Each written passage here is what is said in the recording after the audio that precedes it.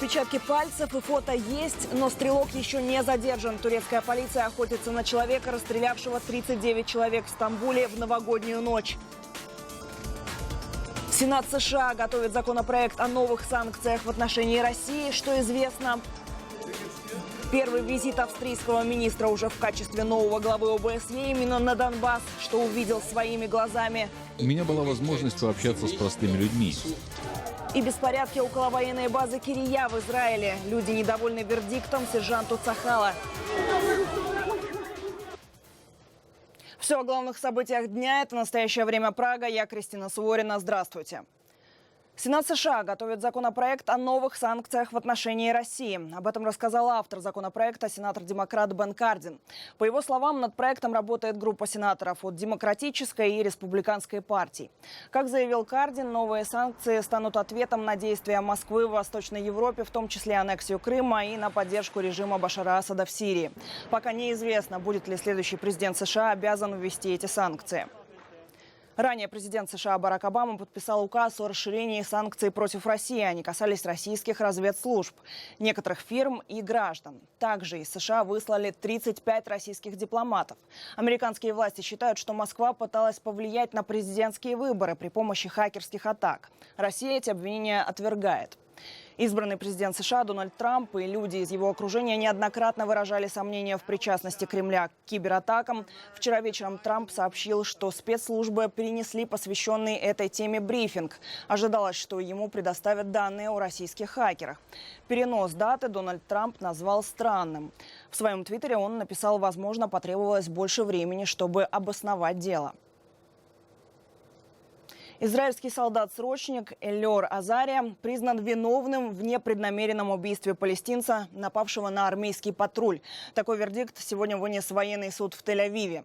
Этот случай буквально расколол израильское общество надвое. Сторонники Азарии полагают, что государство не вправе судить солдат, выполняющих свой долг. Их оппоненты утверждают, что поступок военнослужащего заслуживает самого сурового наказания, и Цахал должен оставаться самой высокоморальной армией в мире. Подробности в материале моего коллеги Сергея Хиршфельда. 24 марта прошлого года на перекрестке в районе палестинской деревни Тель-Румейда двое палестинцев, вооруженных ножами, напали на израильских военнослужащих и ранили одного из них. Солдаты открыли огонь на поражение. Один из нападавших был убит на месте, второй ранен. Видеозапись инцидента опубликовали активисты одной из правозащитных организаций. Эллиор Азария, фельдшер, и еще несколько секунд назад он в помещении оказывал помощь своему раненому сослуживцу. Потом вышел на улицу. На кадрах одного из видео слышен голос Азарии, который предупреждает, что на теле террориста может быть бомба, после чего солдат совершает выстрел, который послужил причиной для судебного разбирательства. Вот этот момент.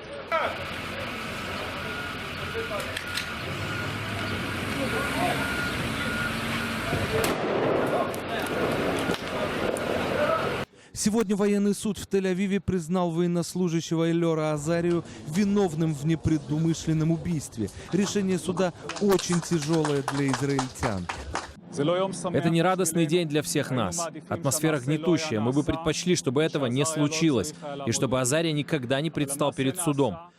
Сам приговор озвучат примерно через месяц. Военный судья отверг практически все доводы защиты обвиняемого. Еще во время первичных допросов Эллиор Азария заявил следователям, что террорист, цитата, «заслуживает смерти». Судья сегодня не стала скрывать, что эта фраза подсудимого стала решающим фактором при вынесении приговора. Суд отклонил все доводы защиты. С самого начала процесса мы видели, что суд придерживается линии обвинения. Мы представили доказательства невиновности Азарии, но решение есть решение. Изначально Азария доказывал, что нападавший на момент выстрела был уже мертв. Однако потом изменил версию и заявил, что выстрелил в террориста, полагая, что тот намерен привести в действие пояс смертника.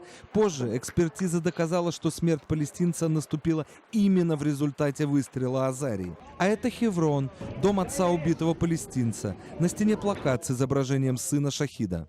Израильский вердикт о том, что солдат виновен, хороший шаг. Я надеюсь, что и наказание будет честным. Во время судебного слушания у здания военного суда в Тель-Авиве собрались сотни израильтян из числа сторонников Азарии. Полагаю, что это просто скандал. Государство не защищает своих солдат. Я думаю, что Азария был на службе, защищал наших детей, наши семьи и наших родителей. А этот человек пришел убивать, напасть на наши семьи. Солдат Азария – герой.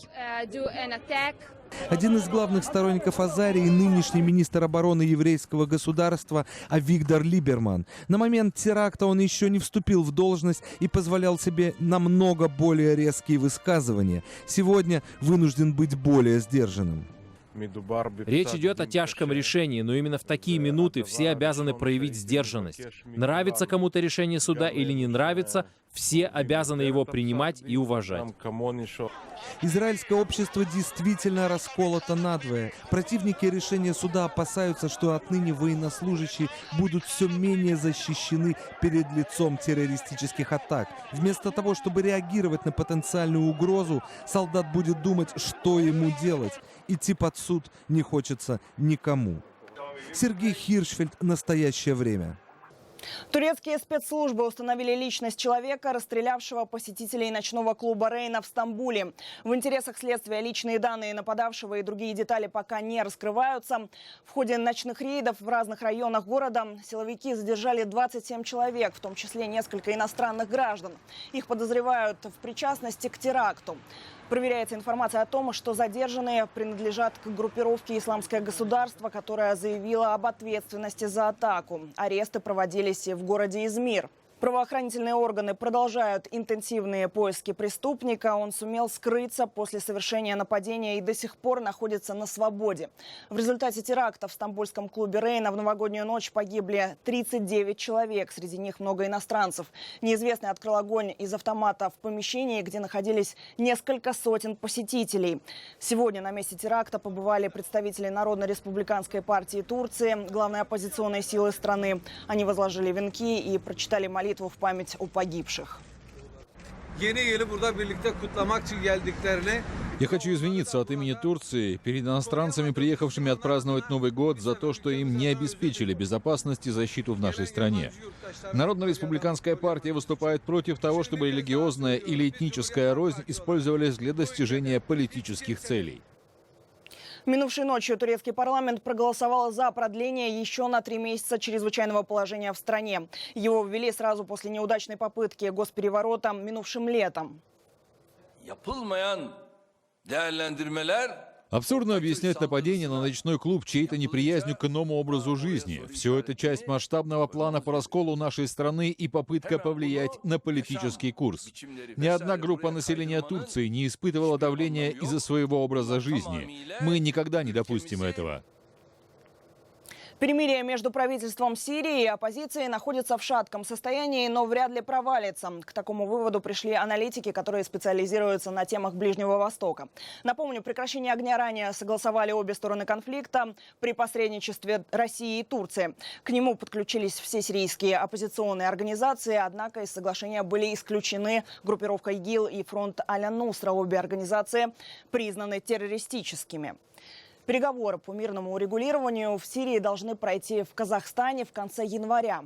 Подробности у Шахида Якуб. Сирийская оппозиция предупредила, что если силы Асада продолжат нарушать перемирие, то ни на какие переговоры они не поедут. Они фиксируют случаи нарушения режима прекращения огня и выкладывают их в соцсетях.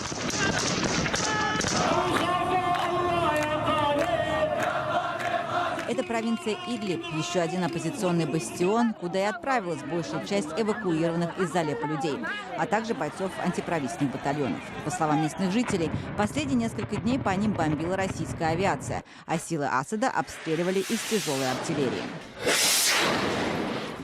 Это перемирие, о котором вы говорите. Вы лжете. Вы, Россия и Иран, вы все лгуны. Это дом, в этой комнате живут 9 человек и их дети. Башар Асад, что мы сделали тебе такого, что позволяет тебе по нам стрелять? Ты тиран. У нас нет ни еды, ни воды, ни бензина, а ты по нам запускаешь ракеты. В то же время есть видео подтверждения того, что и оппозиционные группировки обстреливают позиции сил Асада. В качестве ответа на то, что правительственные силы нарушают перемирие, наша политика око за око. Все это заставляет международных посредников задуматься, есть ли шанс провести в Казахстане встречу на высшем уровне с участием России, Ирана, Турции и представителями противоборствующих сторон и положить конец шестилетней войне. Соглашение о перемирии – вещь хрупкая, потому что полного прекращения огня так и не было достигнуто. Оппозиция объединилась только в центральных и северных районах страны. Формирования на юге так полностью и не подключились к нему. Перемирие не предусматривало систему контроля за его выполнением и предотвращение любой попытки его сорвать. Сейчас эпицентром боев стали западные районы Дамаска, откуда силы Асада, в основном ливанское движение Хезболла, пытаются вытеснить радикальную группировку Джабхат аль-Нусра. Напомню, что в прошлом году в Сирии было объявлено 2 перемирия, которые срывались через 2 недели.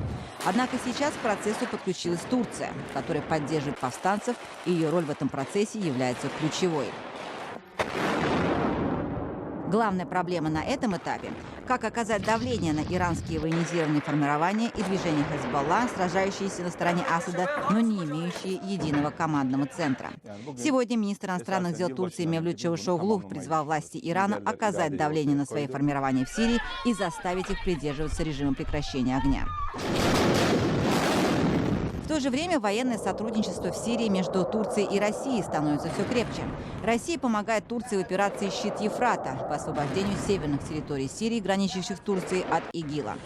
Россия оказывает воздушную поддержку Турции, совершая авианалеты на позиции боевиков, тогда как турецкая армия ведет обстрелы с помощью тяжелой артиллерии. По мнению сирийских аналитиков, Турция была вынуждена прибегнуть к помощи России после того, как Америка не отозвалась на ее просьбу о помощи. Россия же направила в район Баб-аль-Саламе несколько военных самолетов и помогла Турции с воздуха.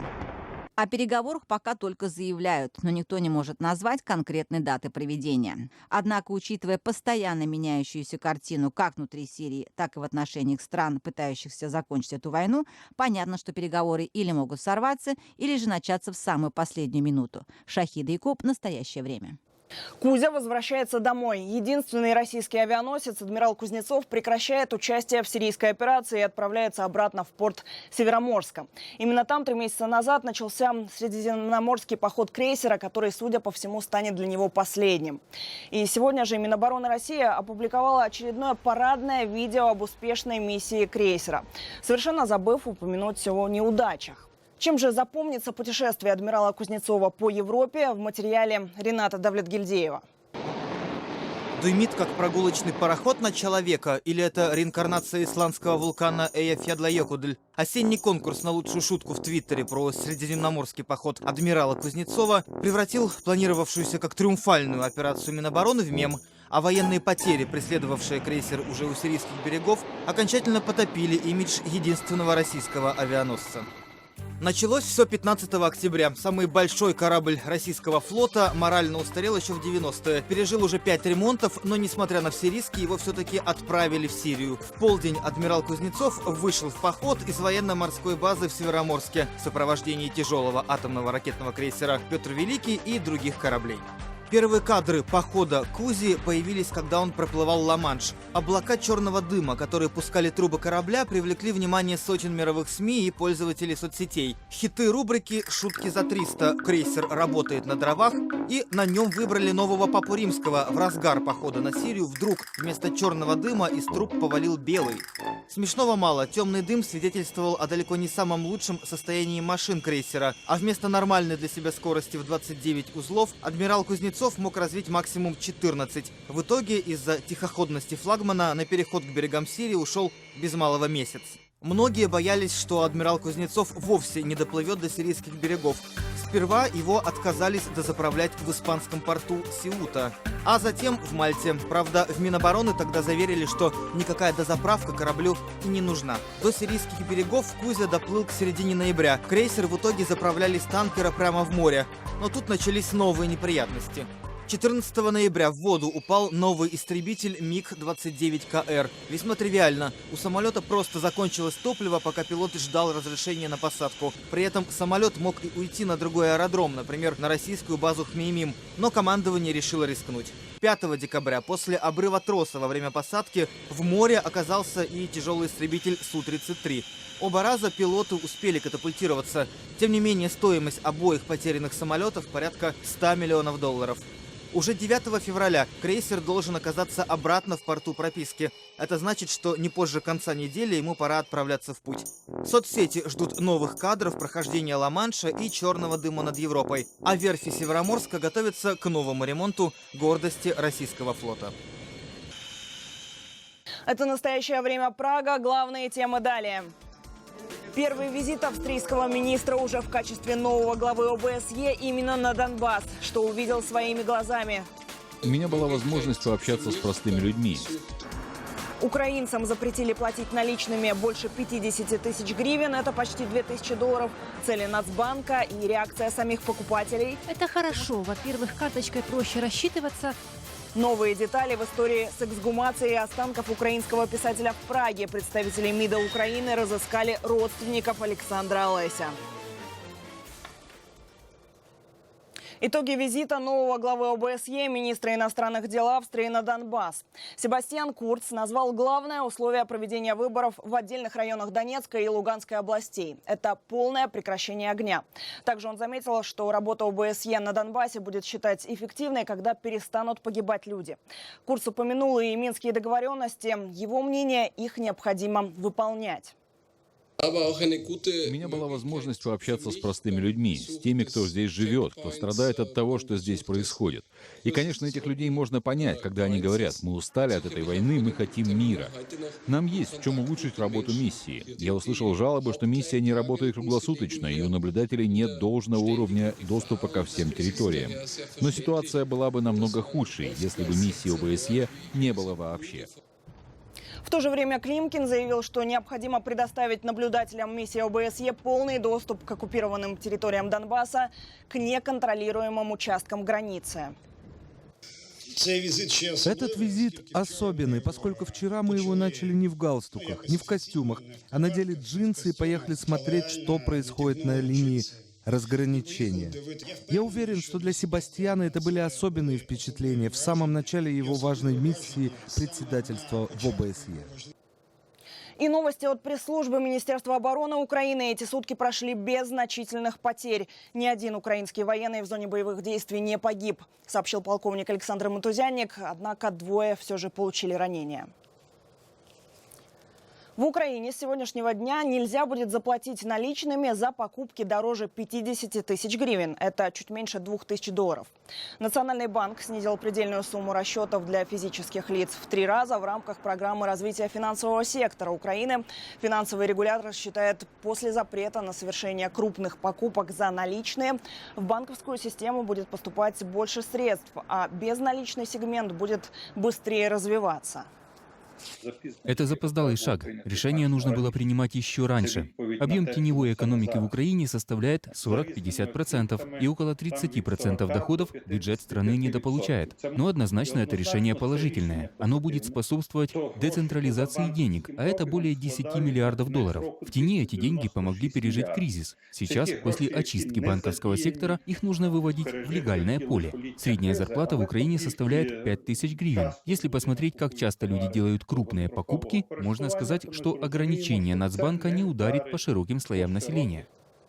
Стоит сказать, что запрет Нацбанка коснется только крупных покупок, недвижимости, машин, ювелирных украшений и туристических путевок. Туроператоры считают, что новые правила скорее отразятся на них, а не на клиентах. Это коснется, скорее всего, и усложнит работу менеджерам, которые работают, скажем, с турами горящими. И будет касаться, конечно, расчетов с людьми, которые находятся, у операторов есть клиенты, которые живут не в Киеве, там, в Одессе, в Харькове. Человеку надо будет разбить платежи на несколько платежей. Обычно в туризме так и делается, если это не горящее, то существует предоплата. или положить на карточку и оплатить. Как раз введение таких новшеств зимой, оно для туризма нормально. Почему? Потому что как раз к сезону люди освоят технологию, как заплатить. Сейчас вообще идет тенденция, что расчеты все больше и больше уходят в безналичность. Ну, проще, и для всех проще, и для фирм проще. Полученные безналом деньги, они хорошо видны. Что о запрете Нацбанка думают сами украинцы, наш корреспондент спросил на улицах Киева. На меня это никак не повлияет. Моя зарплата гораздо меньше 50 тысяч гривен.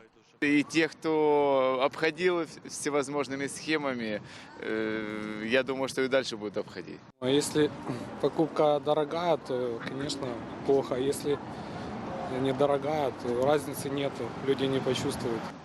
Наверное, хорошо. Если в обороте будет меньше наличных, значит, больше кто-то уплатит налогов. Это добре. Это хорошо. Во-первых, карточкой проще рассчитываться. Во-вторых, люди понесут деньги в банк, и это немного поднимет банковскую систему. Родственники писателя Александра Олеся, останки которого ранее эксгумировали в Чехии, дали согласие на его перезахоронение в Украине. Дипломаты разыскали правнуков писателя в Канаде после того, как президент Порошенко поручил МИД срочно решить вопрос. Правда, о том, кто за это будет платить, президент не упомянул. А ведь именно из-за денег, а точнее их отсутствия, под надгробием известного украинского писателя сейчас покоится другой человек. Александр, Вера и Олег Кандыба – это настоящая фамилия писателя Олеся. Семейное захоронение на Ольшанском кладбище в Праге. На месте, где 72 года покоились их тела, свежая яма. А совсем скоро здесь похоронят другого человека – Владимира Михалишина. Долгие годы он, гражданин Чехии, выходец из Украины, по собственной инициативе платил за аренду земельного участка, на котором находится могила писателя. После смерти мецената платить ренту стало некому. Сам Михалишин завещал похоронить себя рядом, для чего арендовал еще один участок. Но его сын решил пойти против воли отца. И оспорить это решение тоже оказалось некому. Это тоже его коробочка. Те, кому еще дорога память об Александре Олесе, живут в Киеве. Хранитель фондов Института литературы Наталья Лысенко показывает личные вещи писателя. После смерти Олеся чешская украинистка Зина Гинек-Березовская перевезла их в Украину. В 93-м их передала в архив известная литературовед, шестидесятница Михайлина Коцюбинская. Около 3000 экспонатов – письма, черновики, фотографии, книги. Фактически все, что сохранила его жена Вера Антоновна. Она не выбросила ни одного листочка. Даже то, что было собрано в конвертик и подписано «сжечь». То, что даже Олесю не казалось важным. Даже это она сберегла. Выезжая из Украины в 1919 году, писатель еще не знал, что эмигрирует навсегда. Только на границе ему сказали, что отправляют в Вену культурным атташе. На родину Олесь уже не вернулся, но она была во всех его произведениях. Один из сборников поэт посвятил украинским эмигрантам, равнодушным к событиям на родине, войне, оккупации, репрессиям и голодомору. Державні місії, контроль, комісії, пілати, дипломати, вся Україна тут. Вся сілька операції, торгівлі, спекуляції, шакали, зубоскали, Європа аж тріщить. Чуть больше $70 в год. Такую сумму должен был найти Киев, чтобы останки известного писателя Александра Олеся не лежали сейчас в хранилище на Пражском кладбище. Важно сказать, что для Чехии это нормальная практика. Страна маленькая, кладбищ мало. Поэтому, если за место никто не платит, останки эксгумируют, а участок передают в аренду желающим.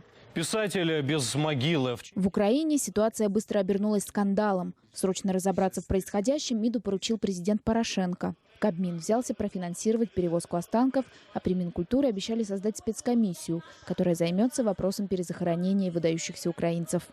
Олесь прожил за границей 25 лет. И все это время скучал по Украине, писал о ней, мечтал вернуться.